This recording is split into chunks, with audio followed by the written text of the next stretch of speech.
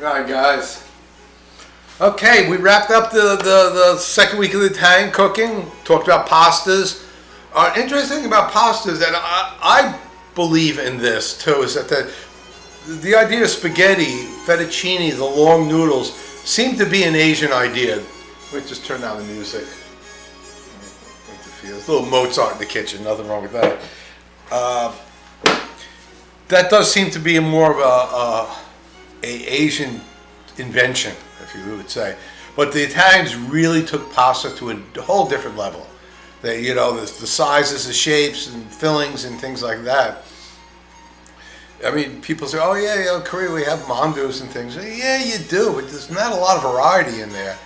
And modern style, yeah, now you can get like pumpkin mandus and things like that. But that's all kind of new. Pumpkin itself is a new world food. That's another reason why I showed you the new world foods, the lecture on new world foods, because you have to understand that in Italian cooking, as we know it, is very, very much modern fusion cooking. Italy itself is such a new country. Italy as we know it, or Rome is a whole different other story, but their cuisine had nothing to do with what ours. And we talked about the garum and litherium, the mulchi jut that they use. They find shipwrecks. They check out the amphors. Amphors are those large ceramic cone-shaped vessels. And besides olive oil and wine, they find litherium, garum, and those things all the time. So it was extremely, extremely popular. Other videos coming up, but not now, but probably next week, the week before Chuseok. Some lighter videos, just some more general cooking videos, because I wanted to go talk about cheeses, wines, in general, not just Italian, but just so you have more of a working knowledge of that. I want to show you something I got at a local market.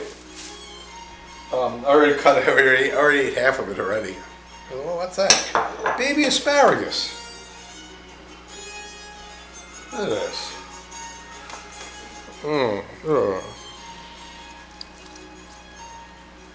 Palchunin.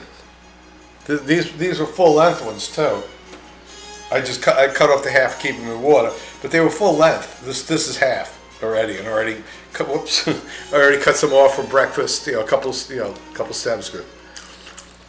Baby asparagus is soft all the way through. I can't believe how cheap and how good it is. I've never seen these in Busan at all. These I'm going to roast. I'm going to take them, little herbs. I have to go get some fresh basil and oregano from the market. A little olive oil, garlic. Lay them out in a sheet pan. Put them in the oven until they're crisp. They're really, really nice. Maybe I'll do a video on that. Why not? So we went through a few things like that, and then at the end there, that short 10-minute video, basically the shopping list, the mise en place. That's another video I should have. It's a general mise en place.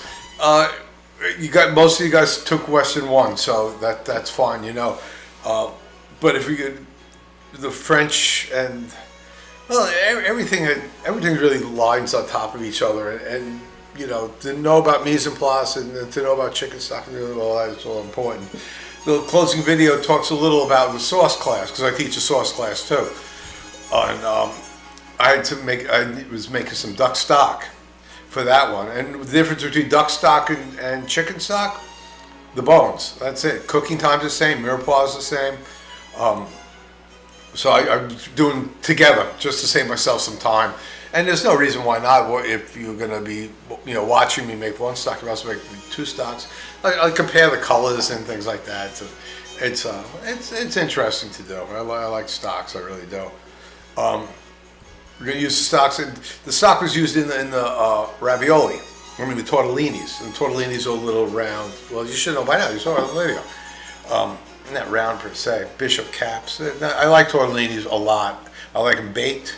I like them in soups. I like them just on a dish with sauce. I think they're one of the best things, but they're really labor intensive, which means it takes a lot of work to make a little of them. Now you can buy machine ones, and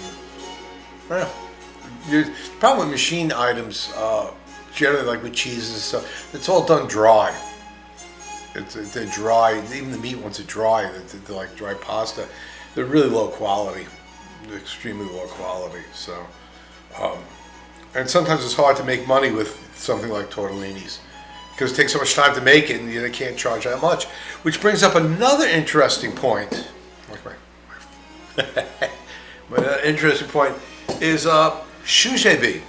A friend of mine, I had dinner last night with a friend of mine. He's in the Canadian Beef Association group, and what he is, he's a representative of. He's Canadian. I mean, he's Korean, but he represents Canadian beef sold in America. And we go out quite often, actually once a week, and it's interesting to talk to him about the meat market and what's going on.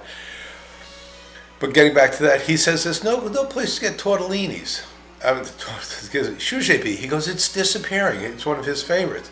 And I asked around, and a lot of my friends said, yeah, that's kind of interesting. You don't seem to find shujebi anymore because that's a labor-intensive item.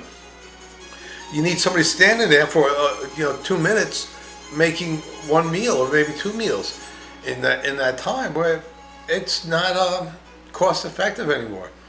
In class, what we'll do, and I've done it before and I just love it because I like shujebi, I really do, is to make a nice Italian spaghetti sauce, but use shujebi style pasta.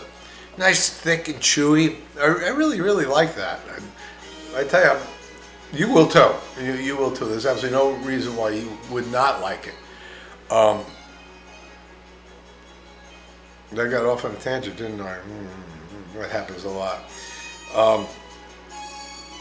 So that's why the videos are kind of they're pieced together, and then next week we'll go into more items, more general, like I said, more general items about wine, more general items about cheeses. Not specific so much Italian, because when we get into class we'll make the sauces, and there's so many ways of making sauces, Italian and style sauces, and there's no real right or wrong way. The big difference between Italian sauces and Italian tomato-based sauces and French use roux and stock and things like that. And French tomato sauce is very, very delicious. Actually, it's very, very different.